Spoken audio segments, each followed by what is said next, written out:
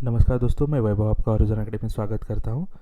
आज आपका ऑटोमोबाइल का पेपर हुआ तो मैंने उसका जो गेस पेपर निकाला था उसमें से मैक्सिमम क्वेश्चन आए थे।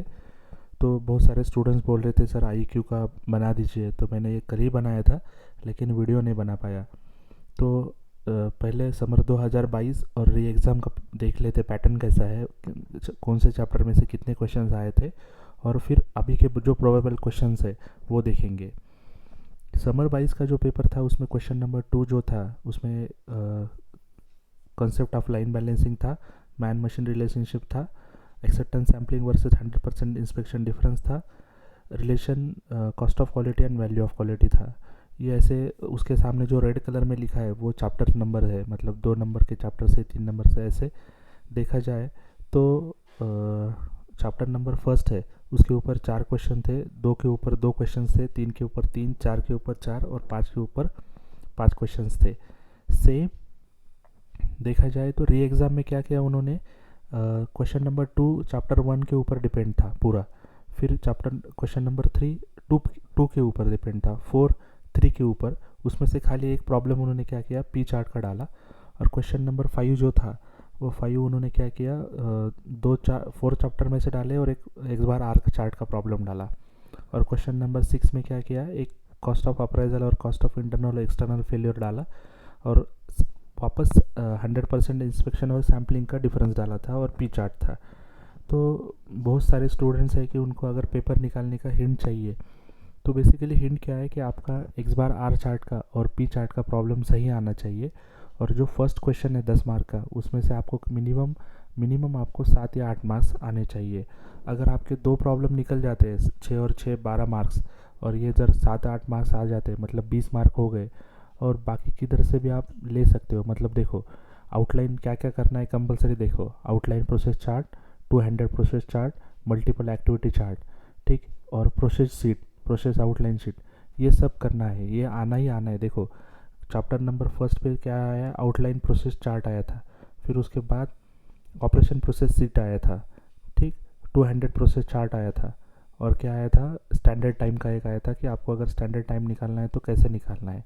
ठीक है, स्टैंडर्ड टाइम का रहने दो, लेकिन आप देख सकते हो कि अगर आपको हेक्सागोनल नट मैन्युफैक्चर करना है इस पे लेथ मशीन पे, तो कैसे मैन्युफैक्चर करना है थोड़ा सा विजुलाइज करो। कि एक राउंड जॉब लिया आपने, उसको क्या किया, चक में पकड़ा, चक में पकड़ने के बाद आपने उसको फेसिंग ऑपरेशन किया, मतलब सामने का जो फेस था उसको क्लीन किया, वापस उसको टर्न किया आपने, दूसरे फेस को क्लीन किया, क्लीन करने के बाद आपने उसको क्या किया, एक ड्रिल किया, ड्रिल करने के बाद उसमें टैपिंग बनाई और फिर उसको डायमीटर जो था उसका आपने उसको ये किया। सिंपल क्वेश्चंस आते हैं, स्टेप टर्निंग कैसे करना है वो आप अगर मेन आपको क्या करना है, उसका जो टेबल रहता है ना, मतलब serial number, operation name, machine used, tool used और टाइम, ये टाइम आप मन से भी लिख सकते हो।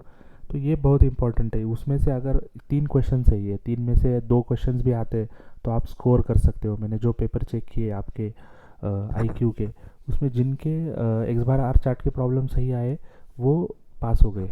ठीक है, और एक इम्पॉर्टेंट हिंट मैं लास्ट में देना चाहूँगा, तो लास्ट तक वीडियो देखते रहिए। चैप्टर नंबर फर्स्ट पे क्या है कि ये वापस एक बार डिक्लेरेशन दे देता हूँ कि इसके ऊपर से 100% क्वेश्चन आएंगे कि नहीं आएंगे डिपेंड करता है, ये मेरा खाली केस है, आप आपका पढ़ाई कंटिन्यू करो। चैप्टर नंबर फर्स्ट पे क्या है, ऑब्जेक्टिव ऑफ टाइम स्टडी। इसके पहले क्या आया था, चैप्टर नंबर फर्स्ट पे आया था method study of, objective of method study आया था। फिर उसके बाद फ्लो प्रोसेस सीट आया था, मतलब फ्लो प्रोसेस चार्ट करना है आपको, मल्टीपल एक्टिविटी चार्ट करना है, स्ट्रिंग डायग्राम करना है, वर्क मेजरमेंट ऑब्जेक्टिव करना है। अभी इसके पहले क्या आया था, इसके आपको जो है ना फर्स्ट चैप्टर के ऊपर क्या डिपेंड आया था, स्टैंडर्ड टाइम आया था। ओके, ये प्रोसीजर ऑफ मेथड स्टडी कैसे करते हैं उसका प्रोसीजर है ये। ठीक, तो चैप्टर नंबर 2 पे क्या है, फैक्टर्स अफेक्टिंग प्रोडक्शन है, डिटरमाइनिंग मैन्युफैक्चरिंग सीक्वेंस कैसे निकालते हैं। अगर आपको कोई पार्ट मैन्युफैक्चर करना है तो कौन से मशीन पे से कौन से मशीन पे जॉब जाएगा वो भी उसमें आता है। कंसेप्ट ऑफ लाइन बैलेंसिंग, ये क्वेश्चन वापस आता है। और सीपीएम का क्वेश्चन है, अभी वो सीपीएम का क्वेश्चन जैसे लास्ट टाइम उन्होंने पूरे सीरियल नंबर दिए थे उसको रीअरेंज करना था, वो डिपेंड करता है कैसा आएगा क्वेश्चन। उसके बाद चैप्टर नंबर 3 जो है एर्गोनॉमिक्स, ये बहुत ही इंपॉर्टेंट चैप्टर है। सिंपल क्वेश्चन है, वही रिपीटेड आने वाले हैं। जैसे मैन मशीन रिलेशनशिप है। तो यहाँ पे क्या है, नीड ऑफ एर्गोनॉमिक्स। एर्गोनॉमिक्स की नीड क्या है, ergonomics types and location of display. अभी इसके पहले क्या आया था कि design concentration in push button आया था, ठीक है, पुश बटन, और मुझे लगता है कुछ हैंडल में आया था, ऐसा कुछ था। तो अभी क्या करना है आपको, ergonomic types and location of display. Display कैसा चाहिए, आपके हाइट के बराबर चाहिए, ऊपर नहीं चाहिए, नीचे नहीं चाहिए, ऐसा। Design of cranks, man machine relationship, ये एंथ्रोमेट्रिक, ये एक है, और फंक्शन ऑफ एनाटॉमी डाटा। ये क्वेश्चन अभी तक नहीं आने वाला है, तो ये देख लीजिए एक बार। क्वेश्चन नंबर 4 जो है, quality of design conformance and performance, ये क्वेश्चन कभी भी नहीं आया। Means what is mean by quality of design conformance and performance. फिर क्वालिटी सर्कल के ऊपर भी नहीं है, सिंपल कंसेप्ट है क्वालिटी सर्कल का, एक बार पढ़ लीजिए आपको याद आ जाएगा। फिर काइजन, लास्ट टाइम क्या आया था, पोकायोका, और ये आया था, सिक्स सिग्मा आया था। तो देख लीजिए एक बार, काइजन को ओवरलुक कर लीजिए, सिक्स सिग्मा भी कर लीजिए और पोकायोको भी कर लीजिए। क्वालिटी फंक्शन डिप्लॉयमेंट, ये क्वेश्चन कभी भी नहीं आया है क्वालिटी फंक्शन का। लिस्ट ऑफ 7 कुछ टूल्स, 2 ही एग्जाम में आए वाला था। रोल ऑफ इंस्पेक्टर, रोल का है, इंस्पेक्टर का रोल क्या है इसमें, आपके क्वालिटी के इसमें। क्लासिफिकेशन ऑफ इंस्पेक्शन, मतलब in process inspection, outgoing inspection, incoming inspection, ये आपको करना है उसमें के। फिर balance between cost of quality and value of quality, मतलब वो जो चार्ट है, वो चार्ट बनाना है आपको। ये वीडियो मेरे प्लेलिस्ट में है, जितने भी क्वालिटी के वीडियोस है, एक बार आर चार्ट के भी वीडियोस है, वो एक बार मेरे वीडियोस देख लीजिए, आपका क्वालिटी का 100% वहाँ से सब कंप्लीट हो जाएगा। टीक्यूएम का क्वेश्चन भी एक बार कर लीजिए, टीक्यूएम का वो जो ट्री वाला डायग्राम है वो कर लीजिए। Difference between variable and attribute data, इसके पहले क्या आया है, 100% इंस्पेक्शन और ये आया था। तो वेरिएबल डाटा और एट्रीब्यूट डाटा के ऊपर कोई भी क्वेश्चन नहीं बनाया अभी तक, वो देख लीजिए। Inherent and assignable causes, inherent मतलब क्या, जो प्रोसेस के अंदर होते हैं वही कॉजेस। असाइनेबल मतलब जो किसी को दे सकते हैं वो causes. Process capability of machine, एक बार ओवरलुक कर दीजिए। Merits and demerits of acceptance sampling, इसका अपोजिट क्वेश्चन बन सकता है, merits and demerits of 100% inspection. Importance of SQC, single and double and multiple sampling plan. ऐसा ये टोटल ये मेरा गेस था। अगर वीडियो आपको अच्छा लगता है तो लाइक शेयर सब्सक्राइब मत करना भूलिए।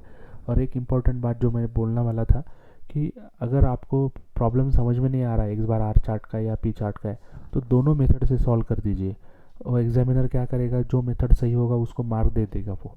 ठीक है, ये बस बात बतानी थी। Best of luck.